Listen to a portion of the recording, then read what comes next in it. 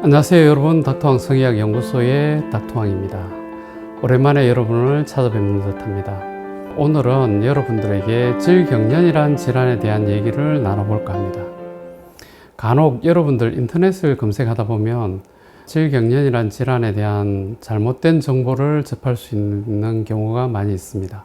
그래서 오늘은 제가 이러한 인터넷 사이트를 검색해 보다가 잘못된 정보들이 난무하고 있는 것 같아서 이에 대한 오류를 바로잡고자 이 영상을 만들게 되었습니다. 먼저 인터넷 사이트나 유튜브 등에서 질경련에 대해서 검색을 해보시면 올바른 정보를 제공하고 있는 사이트들도 많이 있지만 간혹 그렇지 않은 경우도 많이 볼 수 있습니다. 여러분들 가끔 질경련이 성관계 중에 여성의 질에서 남성의 음경이 빠지지 않는 경우를 이야기한다고, 그래서 이런 경우를 영어로는 베지니스무스 혹은 콜포스파즘이다, 이런 얘기를 들어보신 적이 있으실 겁니다.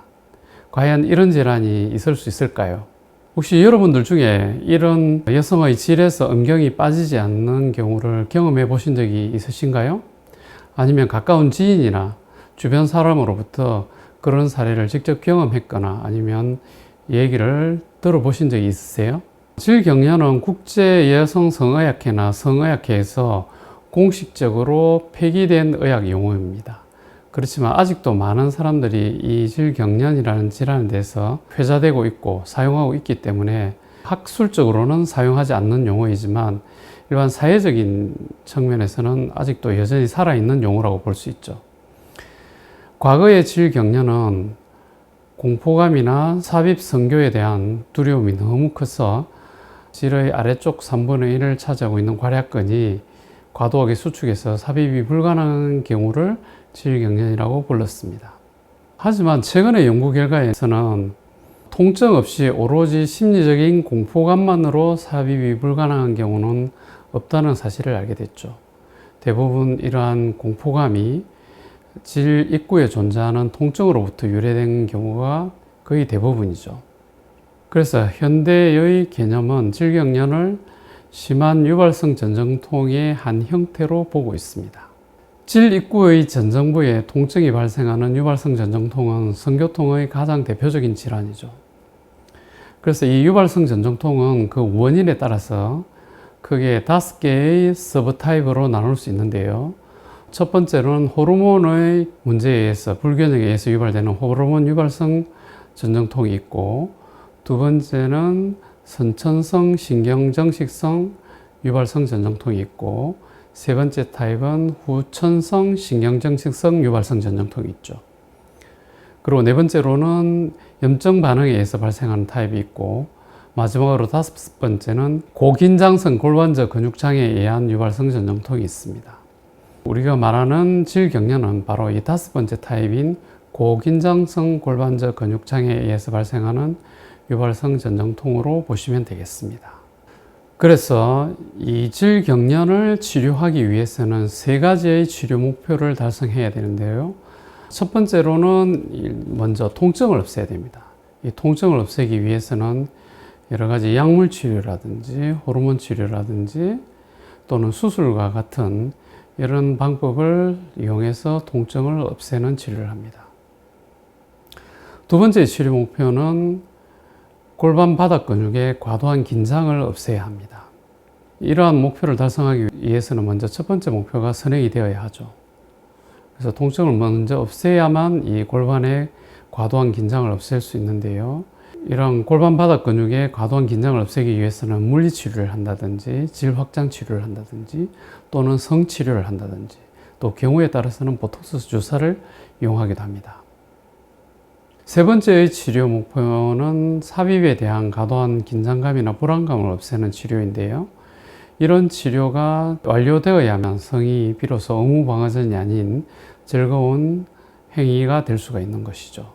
저희 예화인 여성의원에서는 이 3가지 목표에 더하여 한 가지 목표를 더 추가하는데요. 바로 성적인 쾌감이나 오르가즘 또는 성욕구를 상승시키는 치료를 추가하는 것입니다.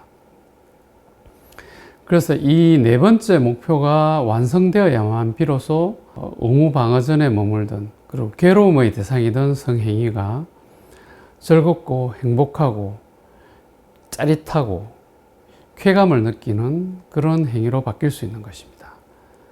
그래서 이 마치 네 번째 목표를 달성하는 것이 이제 겨우 걸음걸이를 시작하는 아이에게 달리기를 하라는 것과 같은 목표를 제시하는 것일 수도 있는데요. 충분히 이 네 번째 목표도 달성이 가능합니다. 저희 예화인과 함께라면 말이죠. 그래서 우리 환자들이 치료한 사례를 객관적으로 분석한 여성 성기능 지수, 즉 FSFI를 치료 전과 치료 후에 시행한 것을 비교 분석을 해보면 성욕구뿐만 아니라 성흥분과 오르가즘의 수치도 아주 현저하게 상승했다는 것을 이 객관적인 데이터를 통해서도 볼 수가 있습니다.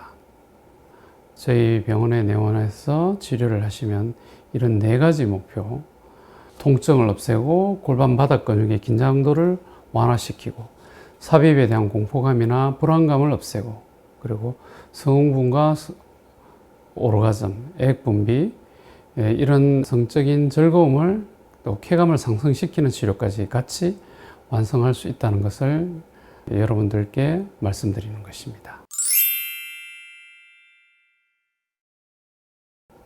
여러분들 유튜브나 인터넷에서 간혹 이런 질환에 대해서 설명하고 또 성에 대한 전문가라고 자처하는 분들이 이런 질환을 어떻게 극복하는지에 대한 방법을 제시하는 것을 간혹 본 적이 있을 텐데요.